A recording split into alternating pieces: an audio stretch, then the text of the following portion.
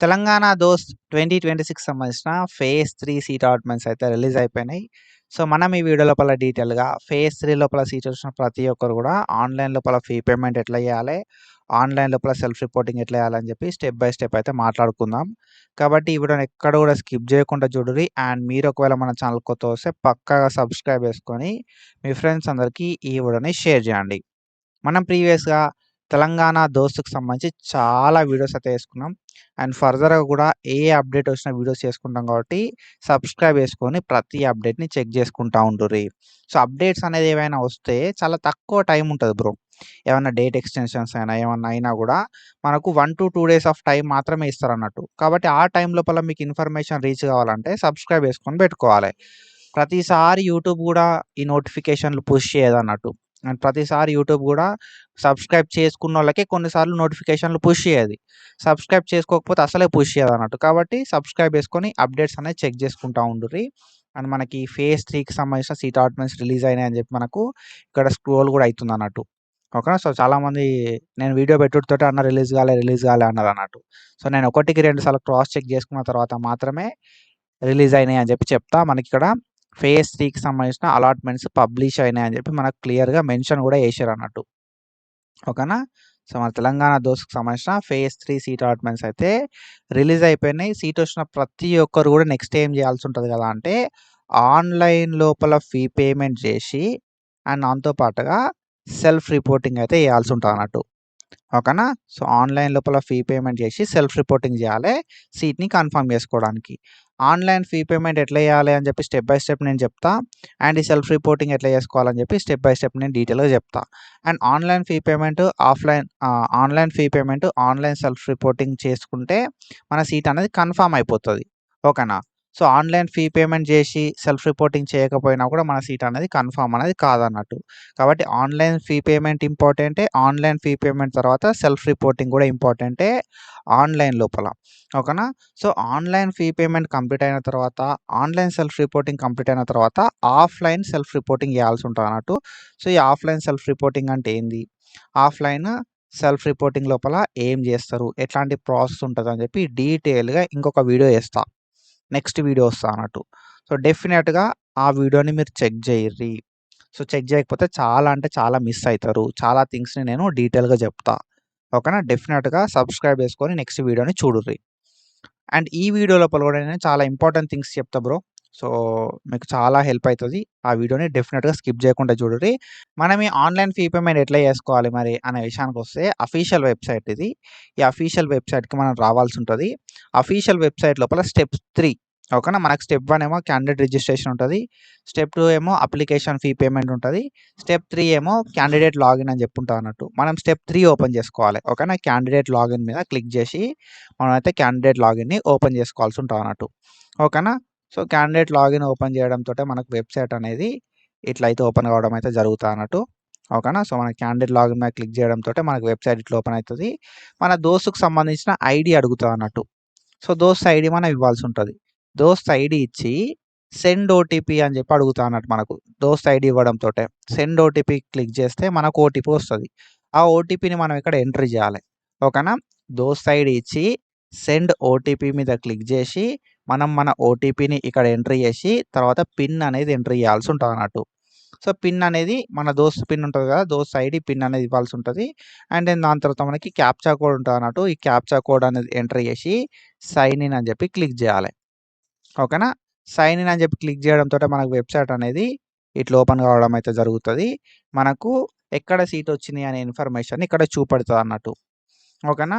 So, ఒకవేళ మీకు already phase 1 లోపల సీట్ వచ్చినా, లేకపోతే ఫేజ్ 2 లోపల సీట్ వచ్చినా ఓకేనా. సో, ఫేజ్ 1 లోపల సీట్ వచ్చి, ఫేజ్ 2 లోపల సీట్ వచ్చి, మీ ఆన్‌లైన్ లోపల fee payment, online self reporting complete చేసుకున్నారు అంటే, సో, ఒకవేళ ఫేజ్ 3లో సీట్ వచ్చినప్పుడు మాత్రమే మళ్ళా online fee payment, online self reporting అనేది చేసుకోవాలి.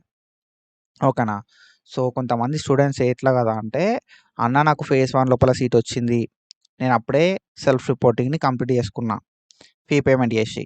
లేకపోతే నాకు ఫేజ్ 2 లోపల సీట్ వచ్చింది. నేను ఫీ పేమెంట్ చేసి సెల్ఫ్ రిపోర్టింగ్‌ని కంప్లీట్ చేసుకున్నా. సో, నాకు మళ్ళా ఫేజ్ 3లో సీట్ వచ్చింది అనంటే నువ్వు ఇప్పుడు మళ్ళా ఫేజ్ 3లో సీట్ వస్తే మాత్రం డెఫినిట్‌గా online fee payment, online self రిపోర్టింగ్‌ని కంప్లీట్ చేసుకోవాలి. ఒకవేళ నీకు ఫేజ్ 3లో సీట్ రాకుండా ఫేజ్ 1లోనో, 2లోనో వచ్చి fee payment self reporting complete చేసుకుంటే ఏం కాదు. ఓకేనా. సో ఈ online fee payment self reporting ఎవరు చేసుకోవాలి అని అంటే, ఎవరికైతే ఫేజ్ 3 లోపల సీట్ వస్తుందో వాళ్ళు మాత్రమే online fee payment, online self reporting అనేది చేసుకోవాల్సి ఉంటుంది. ఓకేనా. మనం ఆన్లైన్ ఫీ పేమెంట్ చేసుకోవడానికి, ఆన్లైన్ లోపల సెల్ఫ్ రిపోర్టింగ్ చేసుకోవడానికి 2 జూలై దాకా టైం ఉంది. 2 జూలై 2026 దాకా టైం ఉంది. ఓకేనా. 2 జూలై 2026 దాకా ఫేజ్ 3 లోపల సీట్ వచ్చిన వాళ్ళకి online fee payment and self రిపోర్టింగ్‌కి టైం అయితే ఉందన్నట్టు. సో బిఫోర్ దట్ మనం ఫీ పేమెంట్ అండ్ సెల్ఫ్ రిపోర్టింగ్‌ని కంప్లీట్ చేసుకోవాలి. ఓకేనా. సో ఇక్కడ మనకి వెబ్‌సైట్ అనేది ఇట్లా ఓపెన్ అయితది అన్నట్టు. ఈ వెబ్‌సైట్ లోపలనే చూపెడుతది. ఇక్కడ మీకు అలాట్‌మెంట్ ఇన్ఫర్మేషన్ లోపల మీకు ఫేజ్ 1 ఆర్ ఫేజ్ 2 అని ఉందనుకో, మీరు fee payment are self reporting అనేది చేయడం అవసరం లేదు. ఓకేనా. అలాట్‌మెంట్ ఇన్ఫర్మేషన్ లోపల మీకు ఫేజ్ 1 ఆర్ ఫేజ్ 2 ఉంది అంటే మీరు మళ్ళీ online fee payment, online self reporting చేయాల్సిన అవసరం లేదు. ఇది మీరు గుర్తుపెట్టుకోవాలి. మీకు ఒకవేళ ఫేజ్ 3 అని ఉంది అంటే మాత్రమే online fee payment, online self reporting చేయాల్సి ఉంటది. మనం సెల్ఫ్ రిపోర్టింగ్ చేసే ముందు మనకెక్కడ సీట్ వచ్చింది అని చెప్పి మనం ఇక్కడ చూసుకోవాలి. మనకు అలాటెడ్ కాలేజ్ ఉంటది. అండ్ దాంతో పాటుగా అలాటెడ్ కోర్స్ ఉంటదన్నట్టు. అండ్ అలాటెడ్ మీడియం ఉంటది. ఏ కాలేజ్ లోపల సీట్ వచ్చింది, ఏ కోర్స్ లోపల సీట్ వచ్చింది, ఏ మీడియం లోపల సీట్ వచ్చింది అని చెప్పి ప్రతీదీ మనం డీటెయిల్‌గా చెక్ చేసుకున్న తర్వాతనే ఆన్లైన్ లోపల ఫీ పేమెంట్ చేసి సెల్ఫ్ రిపోర్టింగ్ చేయాల్సి ఉంటది. సో బిఫోర్ సెల్ఫ్ రిపోర్టింగ్ ఒకవేళ మీరు ఇన్‌కమ్ అనేది అప్డేట్ చేసుకోకపోతే, ఓకేనా. బిఫోర్ సెల్ఫ్ రిపోర్టింగ్ ఒకవేళ మీరు ఇన్‌కమ్ అనేది అప్డేట్ చేసుకోకపోతే, ఇన్‌కమ్ అనేది అప్డేట్ చేసుకున్న తర్వాత మాత్రమే మీ సెల్ఫ్ రిపోర్టింగ్‌ని కంప్లీట్ చేసుకోరి. ఓకేనా. సో ఇన్‌కమ్ అనేది అప్డేట్ చేసుకోకపోతే ఏమైతది కదా అంటే, మనకు ఆన్లైన్ లోపల ఫీ పేమెంట్ ఎంత ఉంటది అని అంటే అరౌండ్ ₹1000 ఉంటది. ఓకేనా. ₹1000 ఆర్ మనకి ₹500 అయితే ఉంటదన్నట్టు. ₹500 లేకపోతే ₹1000 అయితే ఉంటదన్నట్టు. ఒకవేళ మీరు ఇన్‌కమ్ అనేది గవర్నమెంట్ అయిందనుకో, సపోజ్ గవర్నమెంట్ కాలేజ్ అయిందనుకో, గవర్నమెంట్ కాలేజ్ లోపల మనకు ₹500 మాత్రమే ఉంటదన్నట్టు. ఓకేనా. సో సారీ, మీకు ఫీ ఎంత ఉంటది కదా అంటే ఆన్లైన్ లోపల సెల్ఫ్ రిపోర్టింగ్ చేయడానికి ఫీ ఎంత ఉంటదంటే, గవర్నమెంట్ లోపల మీకు ఇన్‌కమ్ ఉంటే ₹0 ఉంటదన్నట్టు. గవర్నమెంట్ లోపల మీకు ఇన్‌కమ్ లేకపోతే ₹500 ఫీ అయితే ఉంటది. ఓకేనా. సో గౌట్ లోపల మీకు ఇన్‌కమ్ ఉంది అనుకో, ఇన్‌కమ్ ఉంటే ₹500 కాదు ₹0 ఉంటదన్నట్టు మనకి. ఇన్‌కమ్ లేదు అనుకో, మనకు ₹500 ఫీ అయితే ఉంటది. సో ప్రైవేట్ విషయానికొస్తే, ప్రైవేట్ లోపల ఫీ అనేది ఎంత ఉంటది కదా అంటే, ఆన్లైన్ లోపల సెల్ఫ్ రిపోర్టింగ్ చేయడానికి సో ఇన్‌కమ్ ఉంటే ₹500 ఫీ ఉంటది. ఇన్‌కమ్ లేదనుకో ₹1000 ఫీ అయితే ఉంటదన్నట్టు. సో కాబట్టి మనకొక 500 సేవ్ అయ్యే ఛాన్స్ అయితే ఉంటదన్నట్టు. కాబట్టి మీరు ఆన్లైన్ లోపల సెల్ఫ్ రిపోర్టింగ్ చేసుకునే ముందే మీ ఇన్‌కమ్‌ని అప్డేట్ చేసుకోర్రి. మీరు ఇన్‌కమ్ అప్డేట్ చేసుకోకపోతే మీకు రీయింబర్స్‌మెంట్ రాదు. ఓకేనా. సో రీయింబర్స్‌మెంట్ అనేది రాదన్నట్టు. కాబట్టి మనం కాలేజ్ మొత్తం ఫీజు మనమే కట్టాల్సి ఉంటది. కాబట్టి ఇన్‌కమ్ అనేది అప్డేట్ చేసుకున్న తర్వాతనే సెల్ఫ్ రిపోర్టింగ్‌ని చేసుకోరి. ఇన్‌కమ్ ఎట్లా అప్డేట్ చేయాలని కూడా నేను డీటెయిల్‌గా చెప్తా. ఓకేనా. సో ఇక్కడ మనకేంది కదంటే ఇది వెబ్‌సైటు మనం లాగిన్ అవుడుతోటే ఇట్లొస్తది. సో ఇక్కడ మనకేంది కదా అంటే సెకండ్ లాంగ్వేజ్ యాడ్ చేసుకోమంటది. సో మీరు ఫస్ట్ సెకండ్ లాంగ్వేజ్ యాడ్ చేసుకోరి. ఫస్ట్ థింగ్ మీరు చేయాల్సిందేంది, సెకండ్ లాంగ్వేజ్ యాడ్ చేసుకోవాలి.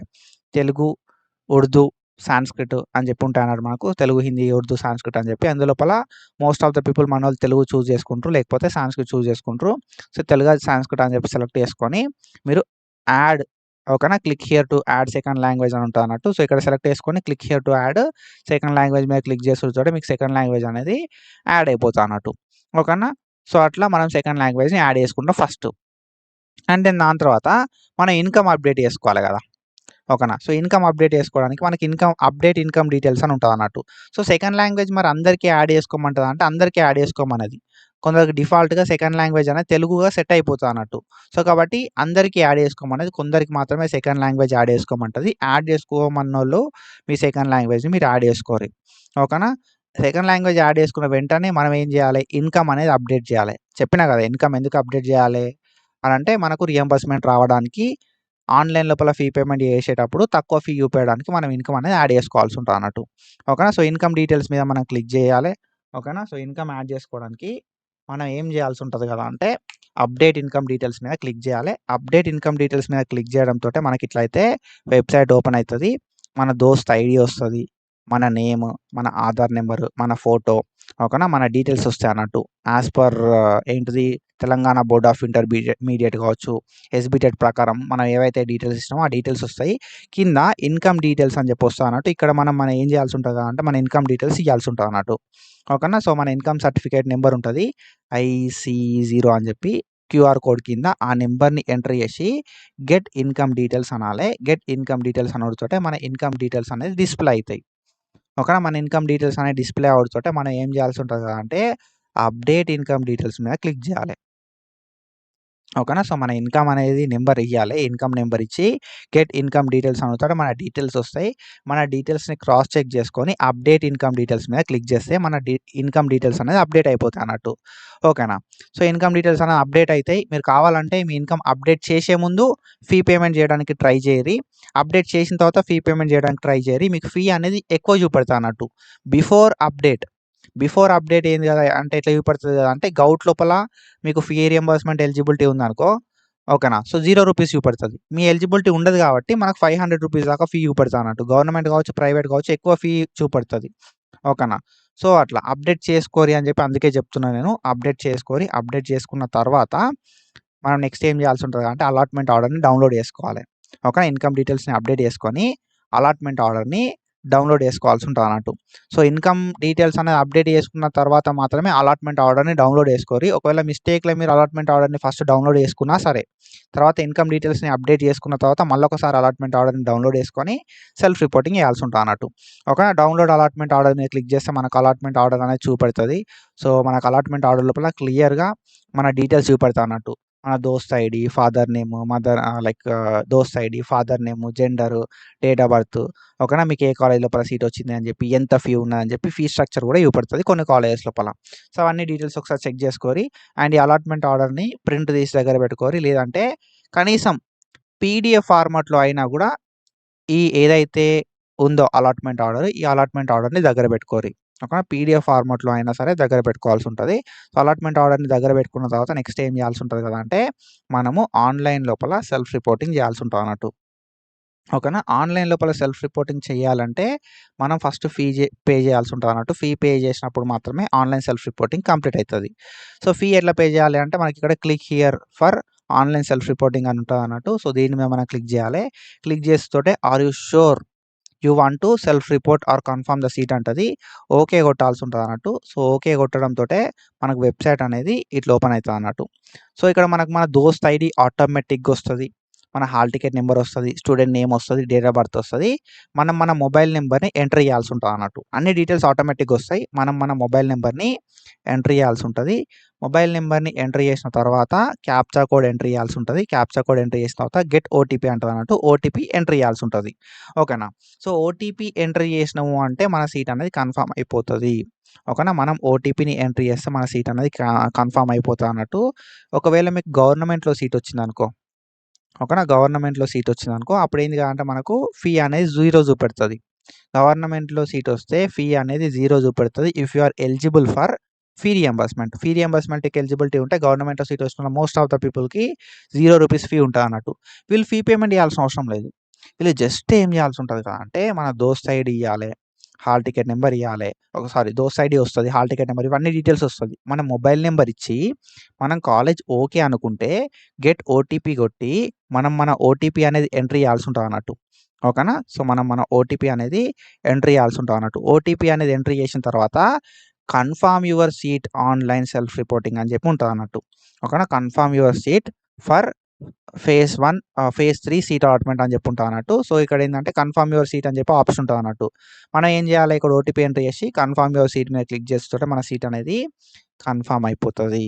సో, ఇది గవర్నమెంటోళ్ళకు 0 ఫీ ఉన్నోళ్ళకు డైరెక్ట్‌గా మనం సెల్ఫ్ రిపోర్టింగ్ దాంట్లోకి పోయి మన మొబైల్ నంబర్ ఇచ్చి గెట్ ఓటీపీ మీద క్లిక్ చేసి ఓటీపీ ఎంటర్ చేసి కన్ఫర్మ్ కొడితే అయిపోతది. మరి ఫీ పేమెంట్ చేసేటోళ్ళది ఎట్లా? 0 ఫీ పేమెంట్ ఉంటే ఇట్లా. 0 ఫీ పేమెంట్ కాకుండా మనకు ఎక్కువ అమౌంట్ అనేది ఉన్నదనుకో ఆళ్ళది ఎట్లా ఉంటది అననే విషయానికి మనం వద్దాం. సో, దానికంటే ముందేందంటే మీరిక్కడ కన్ఫర్మ్ యువర్ సీట్ అని చెప్పి కొడతారు కదా! సో, కన్ఫర్మ్ యువర్ సీట్ అని కొట్టుడుతోటి మనకేందంటే సెల్ఫ్ రిపోర్టింగ్‌కి సంబంధించిన కన్ఫర్మేషన్ వస్తదన్నట్టు. ఓకేనా.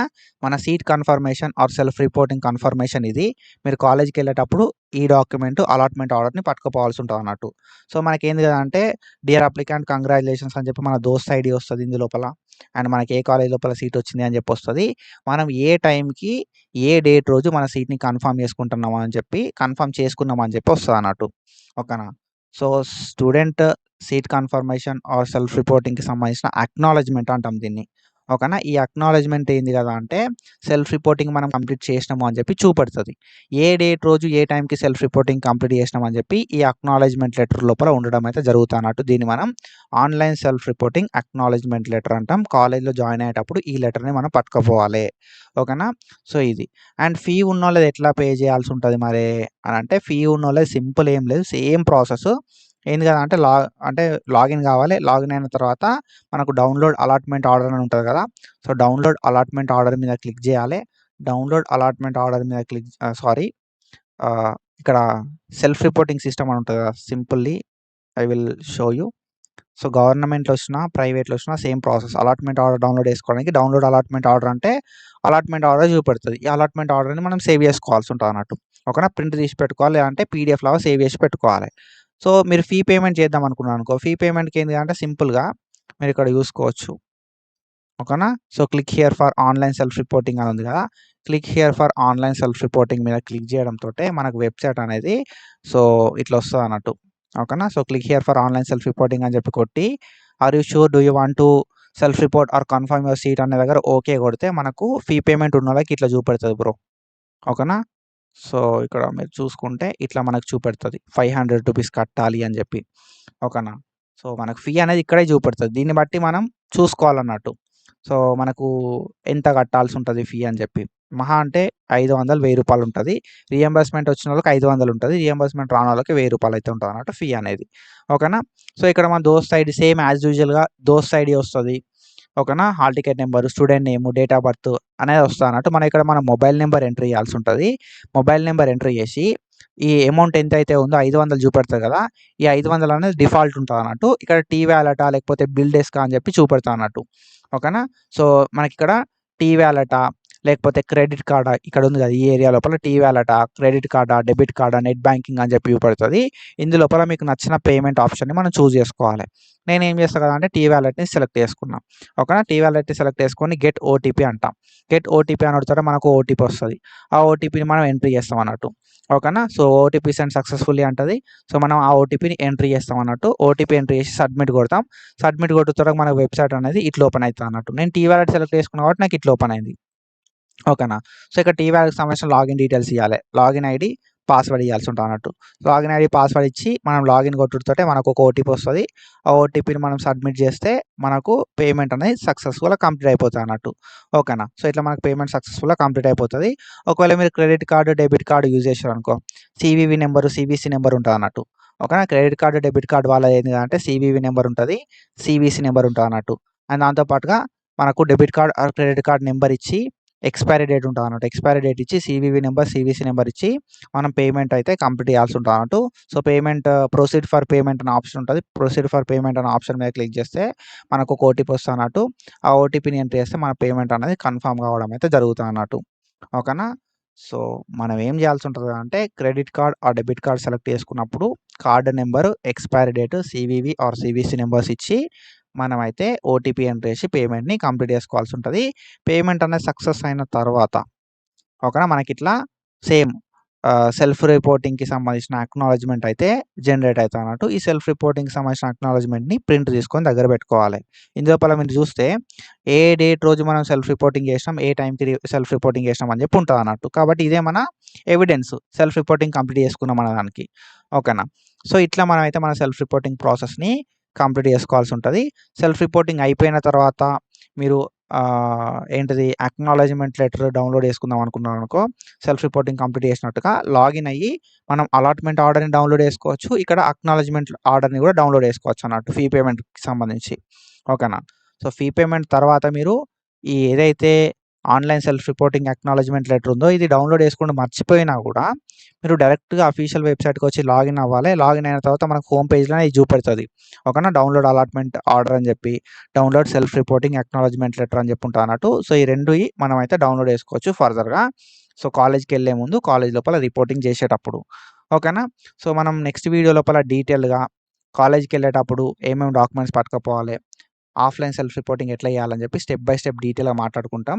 సో, మీరు సబ్స్క్రైబ్ చేసి పెట్టుకుంటే మీకు అప్డేట్ అనేది వస్తదన్నట్టు. కాబట్టి డెఫినిట్‌గా సబ్స్క్రైబ్ చేసుకొని పెట్టుకోరి. అండ్ మీ ఫ్రెండ్స్ అందరూ కూడా ఈ వీడియోని షేర్ చేయరి. ఓకేనా. So, do follow us for more content. Thank you so much. Signing of.